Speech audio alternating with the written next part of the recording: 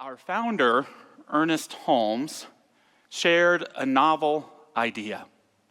He said, why not fast on the idea of lack and feast on the idea of abundance? Why not fast on the idea of lack and feast on the idea of abundance? No more anger sandwiches. But how might your week be different if it was free of negativity, pessimism, judgment, blame towards others or yourself? Probably be a pretty darn good week. And what if instead your heart and mind focused on prosperity, on possibility, on the richness of life, of saying, God, I am so thankful to be alive. Let's fast on lack and feast on abundance. A well-balanced spiritual diet. That being said, I've been practicing this teaching for 30 years, believe it or not. And I have learned that fasting on lack is harder than it sounds. See, it's not just negative thinking. Sometimes it's negative feeling. Sometimes the negativity has become a part of the marrow of my self-image. It can invade my self-worth so much so that what I think is abundance is actually my lack. And what I associate with lack, if I could just embrace it, could actually be the pathway to my abundance and prosperity. Think positive, but also have the courage to bring a deeper awareness to the many layers of yourself, to remove the layers of not self we have allowed to become within us that keep us from the glory of being who and what we are. Thus, my message for you this morning, what is your worth worth? What is your worth worth? How do you define your worth? Many of us define our worth based upon how much we accumulate. How much money is in my bank account? How's my portfolio looking? Oh, I got to get that newest iPhone. That video game comes out on Friday. I got to get it on day one. Got to accumulate. Saint George Carlin described this as our stuff. Famously, he said, a house is just a pile of stuff with a cover on it. You can see that when you're taking off in an airplane. You look down, you see everybody's got a little pile of stuff. All the little piles of stuff. And when you leave your house, you got to lock it up. Wouldn't want somebody to come by and take some of your stuff. They always take the good stuff. They never bother with that crap you're saving. All they want is the shiny stuff. That's what your house is, a place to keep your stuff while you go out and get more stuff. I like that we have a biblical memory of George Carlin here at Mile High Church. When I think of what it means to me to be abundant, I think of waking up and thinking about what I want to do and doing just that. I think of not having to worry about spending. I think about doing fun things for me, helping people that I love, sharing of that wealth. And that's a wonderful thing. And yet there can be a shadow side to that. Because I can also look at those areas of my life where I spend, and I do so from a place of wanting to cover up my inner sense of poverty. I can think of buying someone for someone I care about who I know deep down loves me, but I know I'm buying that because there's a part of me that feels unworthy and wants to buy their love. There can be a shadow side to this stuff. I grew up in a family, there were 6 of us. Maybe you did too in a similar way. If you would have given us $20 on Friday, we would have made it through, had $0 on Monday. We could get by. But also, if you gave us $2,000 on Friday, we more than likely would have $0 on Monday as well. See, there's something about getting a little bit of money and we want to spend it right away. I'm still like that. It's payday. I want to go out to dinner. I don't care if dinner's ready. Kids, get in the car. We're going to Olive Garden. And it's an innocent, but it comes from this place within me that feels impoverished. And even if I feel like the richest man in the world for an hour, I'm going to do it. Right? What's your worth? Who is the richest person of all time? George Bailey's the richest man in Bedford Falls, but who's the richest person of all time? I have a nominee for you. St. Francis of Assisi. The richest man of all time, St. Francis of Assisi. Born of means, St. Francis read the Gospels, and he came upon the Gospel of Matthew, where Jesus says, "Is not life more important than food, and the body more important than clothes? Look at the birds of the air. They do not sow or reap or store away in barns, and yet your heavenly Father feeds them. Are you not much more valuable than they? Who of you, by worrying, can add a single hour to his life?" Stop nagging me, Jesus. It gets in there sometimes. St. Francis decided to take a vow of poverty. He would release and let go of all that he had accumulated to rely fully and completely on God. St. Francis and the brothers were on a long fast, and in the middle of the night, one of the brothers started to weep. He was so hungry. And St. Francis decided that all of the brothers would wake up and they would eat together. St. Francis was once walking by a fountain, surrounded by birds, and he quietly whispered to them, "May the peace of the Lord be upon you." And he had, those good animal vibes that makes him not want to run away. He was in that flow, and this became known as the Sermon of the Birds, and this is why we know St. Francis as the patron saint of animals. Later in his life, it was very cold outside, and there was a beggar who was freezing, and St. Francis gave his coat to him. And the brothers became worried about St. Francis, and they said, "We've got to get that coat back." But St. Francis insisted that they pay the man for the coat. That is what abundance and prosperity means to me. The ability to be present enough with compassion and to care for those around me. It's the ability to feel one with and not outside of nature, to enjoy hanging out with the birds. It's the ability to remember generosity and charity in all things. That is what it means to be rich and prosperous. One of St. Francis's prayers goes like this: "Most high, glorious God, enlighten the darkness of my heart and give me true faith, certain hope, and perfect charity.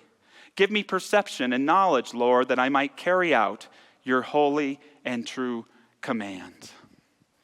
Now, we religious scientists, we are not a poverty people. We're the abundance people. And yet, I want to encourage us today to take a vow of abundance that integrates the best of the spirit of the vow of poverty. And the first vow that I invite you to join me in accepting is, I enjoy more in less. I enjoy more in less. Will you say that with me? I enjoy more in less. You know, there's such thing as too much abundance. Right? God, when I prayed for abundance, I didn't mean 10 pounds. Right? God, when I prayed for abundance, I didn't mean a to-do list longer than I am. I didn't mean this sense of the world on my shoulders, this overwhelm. There's such thing as too much abundance. What would it mean this week to do things a little differently? Instead of going to the grocery store, let's make a commitment to cook each night with the existing ingredients in our home. Let's sit down with the family and have a slowest eater competition. Walk out of your door and take a walk without any preset destination. Experience the more in less. Eric Butterworth had a great affirmation. He said, I establish myself in the limitless substance of God, and I have abundance. You say that with me? I establish myself in the limitless substance of God, and I have abundance. You can do that at Ruth's Chris. You can assert that at Taco Bell. All you have to do is assert and know that limitless substance of God is right where you are, and you have abundance. In the largeness and vastness of our lives, yet more importantly, in this moment, looking at your hand, eating a tortilla chip. In that moment, the whole world belongs to you. Many of us equate our worth with how much we've accumulated. Others of us associate it with our accomplishments, our titles, our licenses, our certifications. Do you know who I am? My name is Reverend Josh Reeves.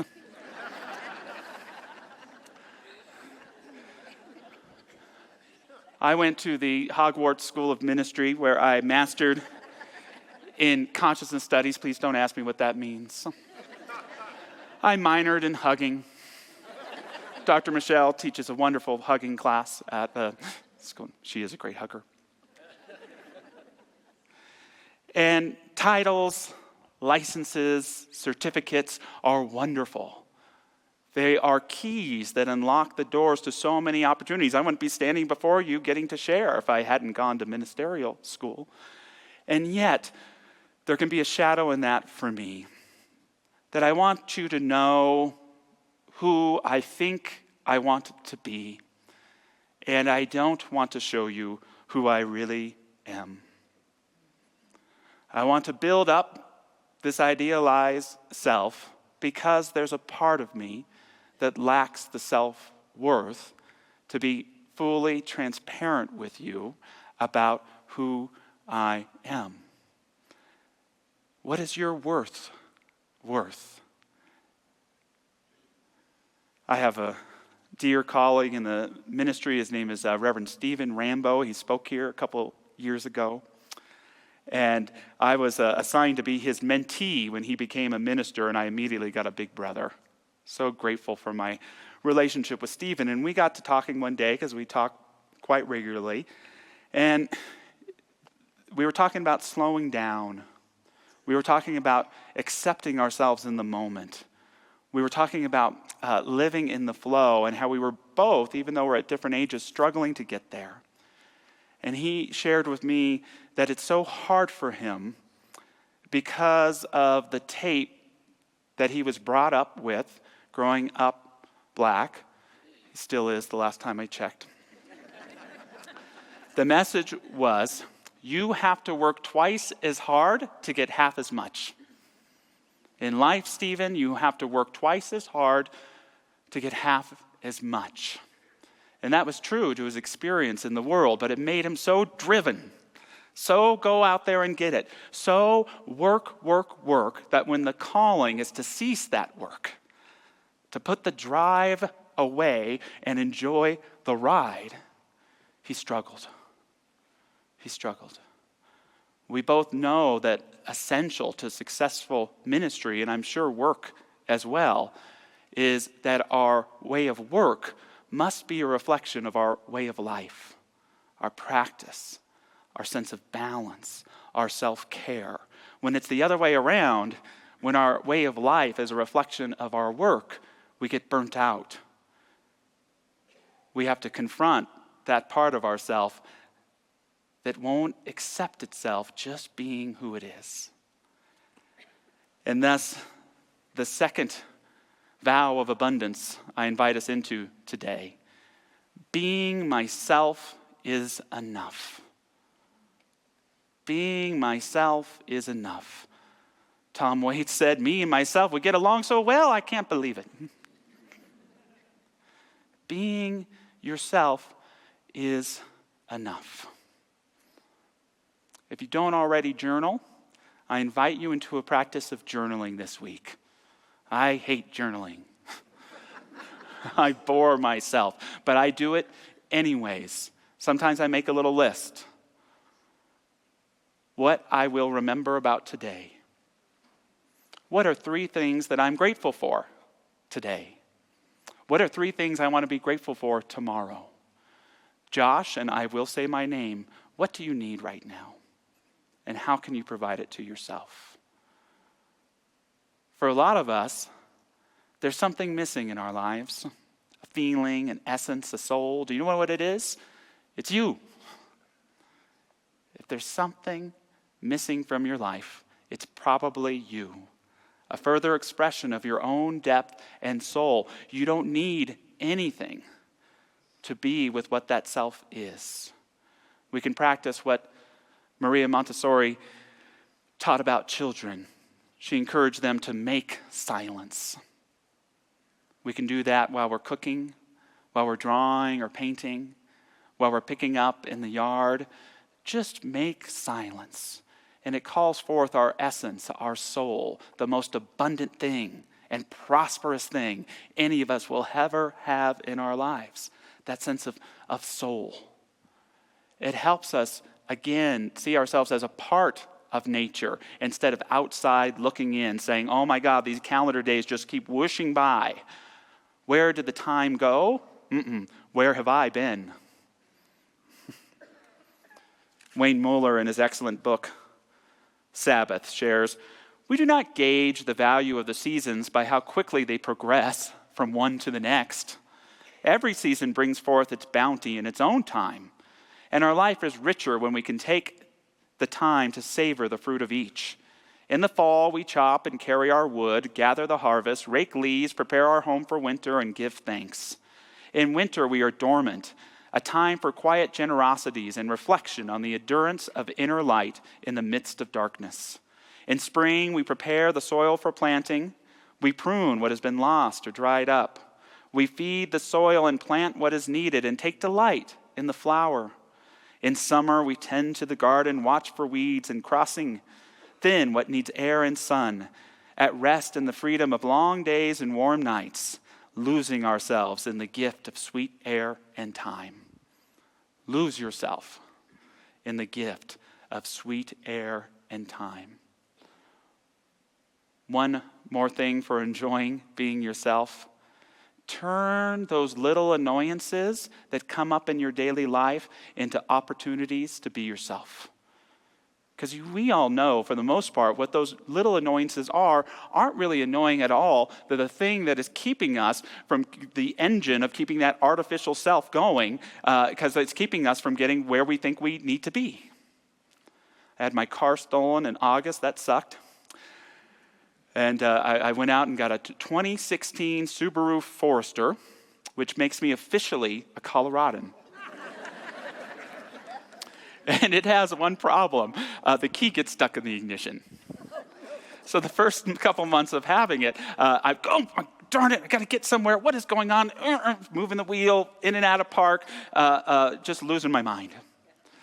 And I know I should probably go to the mechanic, but I am a minister and I like to talk about these things in sermons. But I learned that if I just keep the car running for 30 seconds, the key comes right out.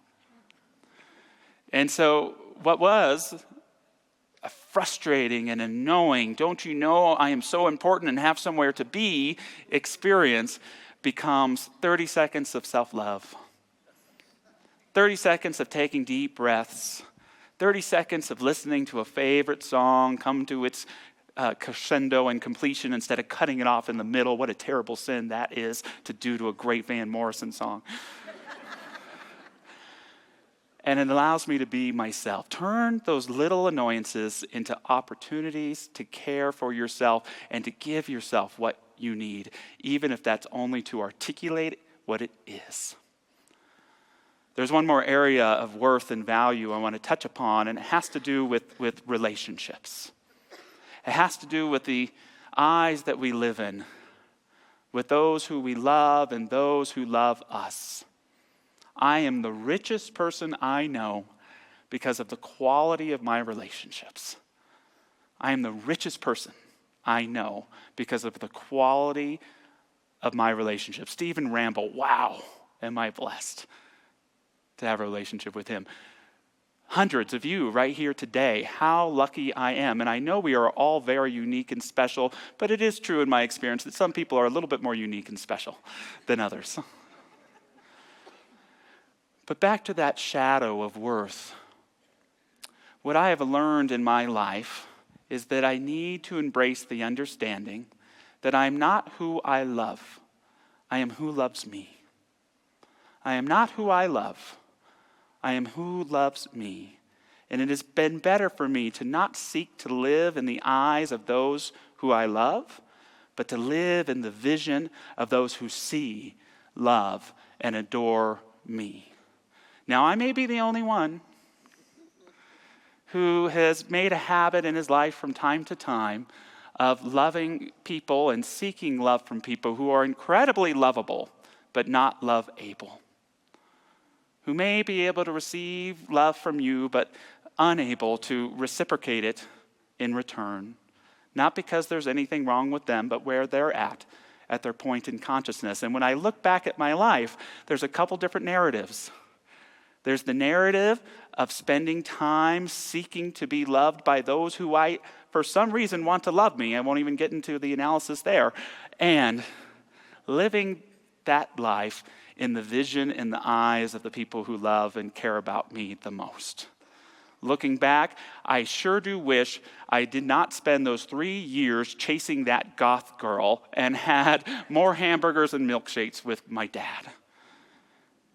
See, this perception has been important for me because it defines focusing and experiencing what matters most in life.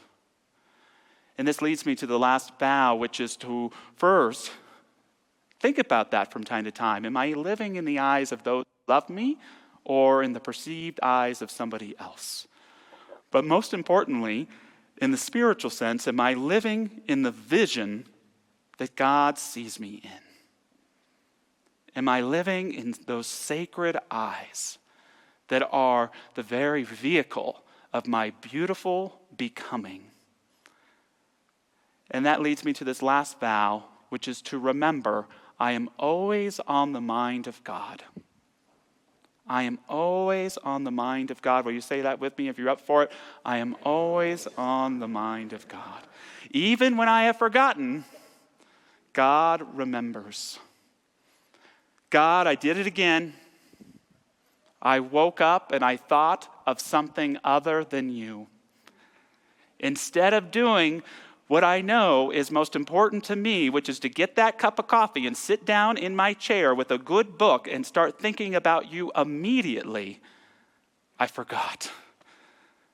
I picked up that freaking phone. I started thinking about my bank account. I started thinking about that frustrating conflict I had with so-and-so yesterday. And I forgot you, God. When we were younger, we may have written a poem, and I may have written this to that goth girl I was telling you about. You are my first thought when I wake up in the morning, and the last thought I think about before I go to bed at night. This is true of the Spirit about you. You are the first thought God has in the morning, and the last she has when she slumbers and rests at night. God may not always be on your mind, but you are always on the mind of God. And what that means is that there is no moment where you are not beloved. There is no experience where you are not held. There is no challenge or opportunity that does not hold within its splendor the inspiration to become that which you are. We are that loved. We are that held. Life is that meaningful that in this very moment, to welcome ourselves back into that mind of spirit that always holds the most sacred vision for us, it gives us everything we need to face whatever may be in our days, months, and years.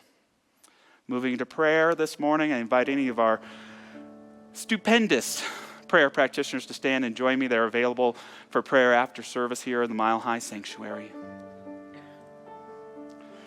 And so I remember these vows today, these vows that are statements of my worthiness, my life worthiness, my love worthiness, my play and joy worthiness. I embrace more and less. I enjoy being myself. I am always on the mind of God.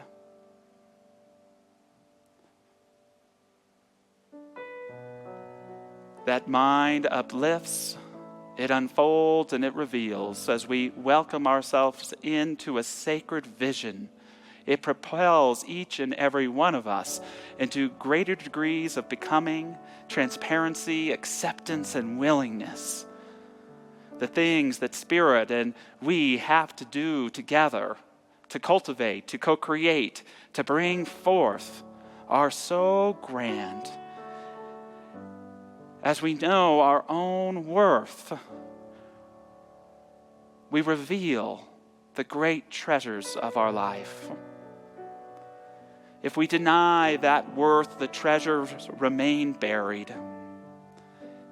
And so feasting on this idea of abundance, that all we will ever need is in our own soul, we invite the treasures, the gifts of life to come forward through the great sacrament of our own becoming, knowing that this leads to a sense of eternal connection, of inspired joy, and of an unconditioned peace that holds us so sweetly, and reminds us that at the level of the heart, sanctuary is all there is. May we rest there, dear children of the beloved, and allow that love to fill our lives so hugely that we can never step outside of it. And so it is.